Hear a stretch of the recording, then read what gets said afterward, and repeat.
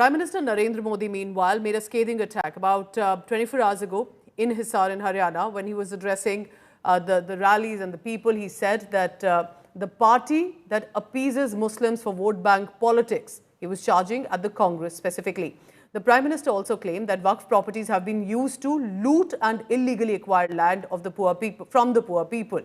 He is alleging that poor Muslims also have been forced into menial jobs, for example, like repairing punctures. And this is systematic neglect. He's basically asking what has the Waqf, with so much of land as the third largest landowner, has done for the Muslim community.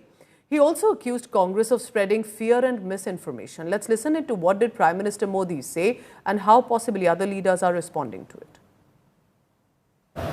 वक्फ के नाम पर लाखों Hector जमीन पूरे देश में है। इस जमीन, इस प्रॉपर्टी से गरीब का, बेसहारा महिलाओं बच्चों का भला होना चाहिए था।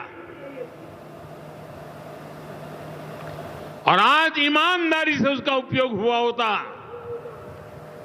तो मेरे मुसलमान नौजवानों को साइकिल के पंक्चर बना करके जिंदगी नहीं गुजारनी पड़ती। लेकिन इससे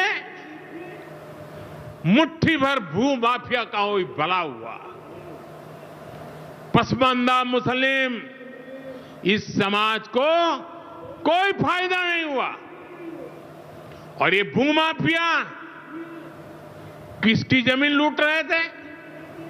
ये दलित की जमीन लूट रहे थे, पिछड़ों की जमीन लूट रहे थे, आदिवासी की जमीन लूट रहे थे, विधवा महिलाओं की संपत्ति लूट रहे थे।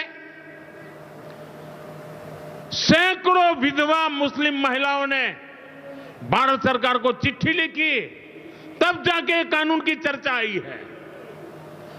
वक्फ कानून में बदलाव के बाद अब ये गरीबों से जो लूटा जा रहा है वो बंद होने वाला है। कांग्रेस ने हमारे पवित्र संविधान को सत्ता हासिल करने का एक हथियार बना दिया। जब जब कांग्रेस को सत्ता का संकट दिखा, उन्होंने संविधान को कुचल दिया। कांग्रेस ने आपातकाल में संविधान की स्पिरिट को कुचला ताकि जैसे तैसे सत्ता बनी रहे। संविधान की भावना है कि सबके लिए एक जैसी नागरिक संहिता हो, जिसे मैं कहता हूं सेक्युलर सिविल कोड। लेकिन कांग्रेस ने इसे कभी लागू नहीं किया। उत्तराखंड में भाजपा सरकार आने के बाद सेक्युलर सिविल कोड, समान नागरिकता संहिता ये लागू हुई, डंकी की चोट पर लागू हुई। और देश का दुर्भाग्य देखिए,